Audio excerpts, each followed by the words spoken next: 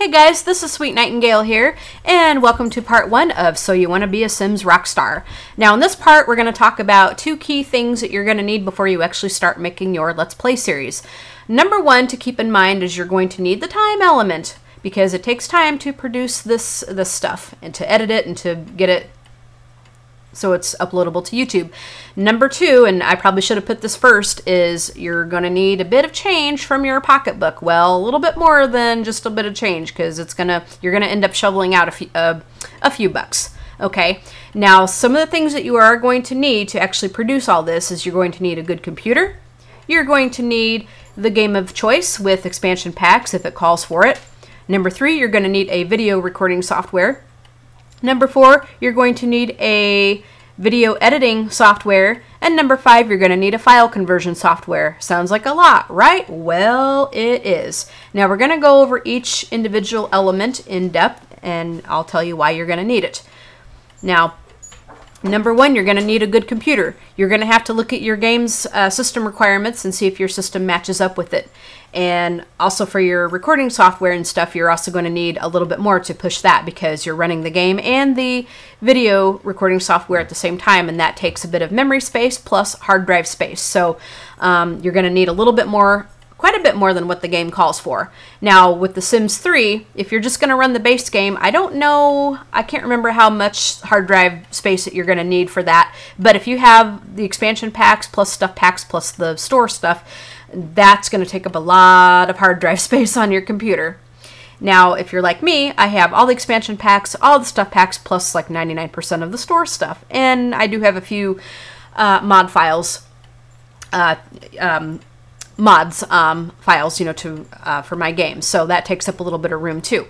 Now, for the computer, I run on a Mac. Now, as you can see, I am running Windows 7, but I can run both Mac and Windows on my computer. Not at the same time, but whenever I would have to choose which system I want to operate on. Okay, so my computer is a Mac. I have an i5 processor. I have 12 gigabytes of RAM, and I have a 1 terabyte hard drive space that I partitioned out to run part of it for Mac and part of it for Windows.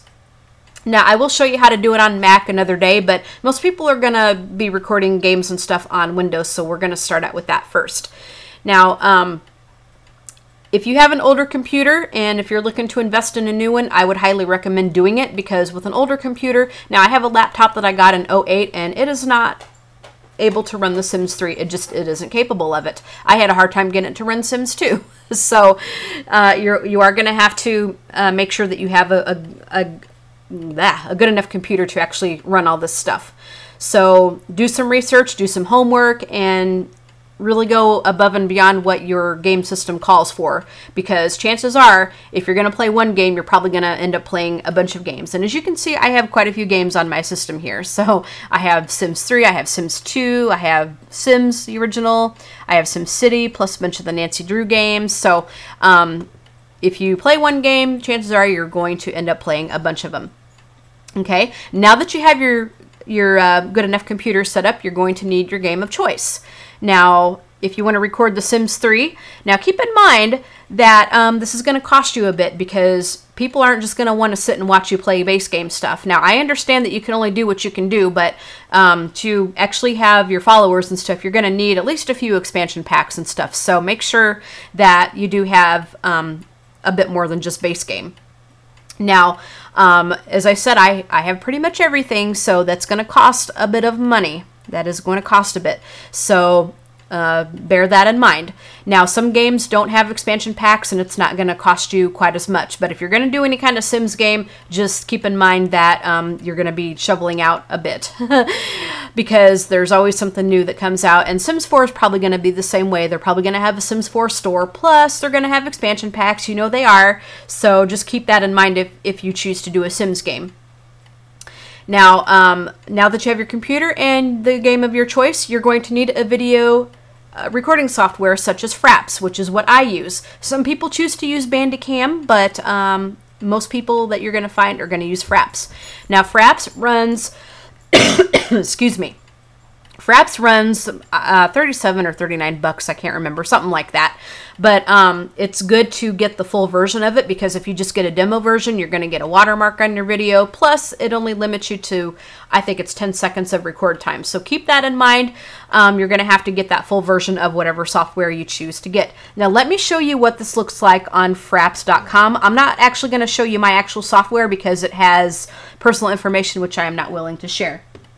Now, let me go ahead and get onto the fraps.com website. Now, this is what the interface looks like. You have several tabs up here where you can actually record whatever it is that you're going to record. You can actually do some screenshots. You can do movies. Now, I'm not going to show you all the settings or anything on how to do it, because that's really not what this video is about. But you can kind of go through the settings and kind of figure that out yourself. It's pretty easy to do, really. It's not that hard. You just have to figure out what works for your system, what works for you. Okay, so that is what it looks like on fraps.com, and you would that's where you would buy your software if you choose to use Fraps. If you choose to use Bandicam, then they have another website for that too. Okay, so now that you have that, you are actually going to need a video editing software such as Adobe Premiere Elements, which is what I use. Some people use Sony Vegas Pro, and that's going to cost like, I think 500 bucks, maybe more. I don't know. Now, there is such a thing as Adobe Premiere, which is 1,000 bucks, but you know, for just simple video editing, you don't need something like that. I have Adobe Premiere Elements, which ended up costing me about 100 bucks. Now, as I said, I do have some stuff for Mac, which ended up costing me some money too, which I'll get into in another day. But chances are, if you just, you know, if you run on Windows, you're not going to need Mac stuff. Now, Adobe does have versions for Mac and Windows, so you could choose whatever system that you want to use it for, okay? So, but you're going to need this video editing software because chances are you're going to have more than one video clip, and you're going to have a way to put it together. Now, you could use Microsoft Movie Maker, but I've found that I don't like it. It's crap. It crashes on me all the time. I don't like it. So you're going to have to invest in a good video editing software such as Adobe Premiere Elements. Now, let me show you what this looks like on the computer. Now, this is my next Sims project. As you can see, this is Sims video here. This is my next episode in my Sims 3 Redemption Challenge, and this is what the project looks like whenever you're editing.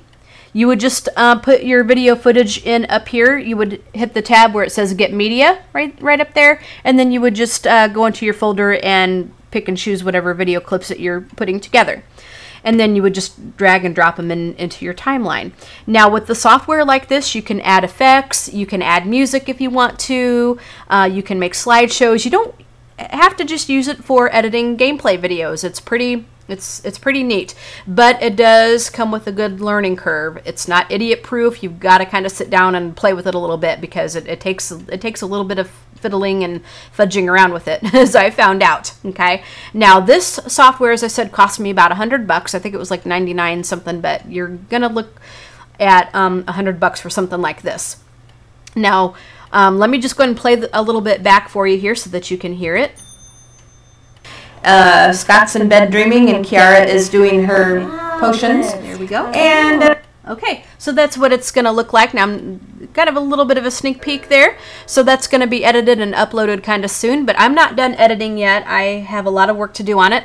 Now, once you're done editing, you would just hit the Share tab, which I'm not going to hit because, again, it's going to show some personal information, which I'm not willing to share. That's where you would put whatever folder that you want to save the video in. That's how you would name your video, and then you would hit save, and your video is going to render. Now, once you have the rendered video, you're going to need to convert it to a manageable, uploadable file size for YouTube, and that's where your video conversion software comes in. Now, I am using, these are free. A lot of these things that you can find for free. Free, which is good news, right? Because everything else I'm telling you here is you're gonna have to spend the money. But if you do your homework, if you do some research, you can find a free conversion software that's going to work for most video formats. Now, this is called Convert Lite. There's another one called Miro Video Converter, which runs for both Mac and Windows, and that one's free. There's also FreeMake. There's a bunch of them that you can use. Now, what you would do, and I'm not going to show you how to do it because some of my folders will have some personal information which I don't want to share, but you would just go into whatever folder where you got your video in. Now, that's going to be saved in, I think, AVI format, which is a very, very large file size, so you're going to have to convert it down to something smaller to upload it or to view on your device. So you would just drag and drop your video into here, and then you would just go through the menus and decide what format that you want to put it into. You can put it into an MP4, you can put it for an Android phone, for an iPad, that kind of thing. So there's a lot to pick and choose from right there. And then once you get to your desired, once you get done with that, then it's ready to upload to YouTube. Now, as I said, not only do you have to invest some money, but it does take time. It takes time to actually make the video. Now, let's say I'm going to do a 45-minute Sims episode. I would have to do 45 minutes of recording or whatever that would be, 45 minutes, 30 minutes, whatever time that you're going to record that episode. And then you have to open up your Adobe Premiere Elements and drag your video footage into that, or whatever editing software that you're going to use. Now, I tend to go through the video footage with a fine-tooth comb because, as you guys know, I have a visual impairment and I have to do some pretty heavy-duty editing because I have a lot of long pauses in the video, which you guys probably don't want to see. So some of you may not have to go through such a rigorous editing, and that's fine, but I do. For me to edit, say, a 45-minute video, it would take me upwards about an hour, maybe a little bit more than that. Sometimes even an hour and a half, depending on what the footage is and how many pauses and stuff I do, because I do a pretty good job of editing. I really put it through its paces. So not only do you have to make the video and edit it, that's going to take time to render the video, to actually export the video from your editing software to actually have that finished project. Let's say you're going to do a 45-minute video, and you're looking at probably 1 minute of rendering per minute of footage. So if it's a 45-minute video, it's probably going to take about 45 minutes to render. If it's an hour, it's going to take about an hour, and so forth. So that's going to take time to actually get that video rendered. Then you have to put that rendered video into the file conversion software. And for about a 45-minute video, you're looking at maybe 10-15 minutes to convert it. It doesn't take as long to convert. Sometimes it can, depending on what you're doing on your computer. If you have some other things open, then it's going to go slower and so forth. So if you're pressed for time and if you want to make this good, a Let's Play series probably isn't going to be for you, or making a Let's Play series isn't going to be for you, because you're going to have to put in the time and you're going to have to put in the money for it.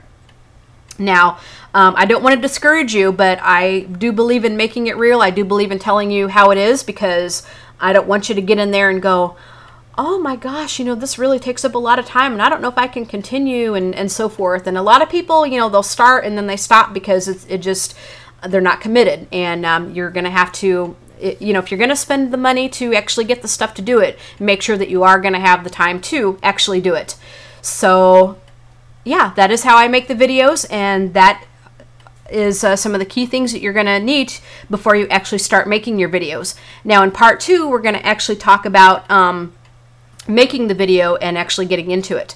Okay guys, you have a fantastic day, and we'll see you guys in part 2, and keep watching my Let's Plays and you'll see some of this put into practice. Okay, bye guys.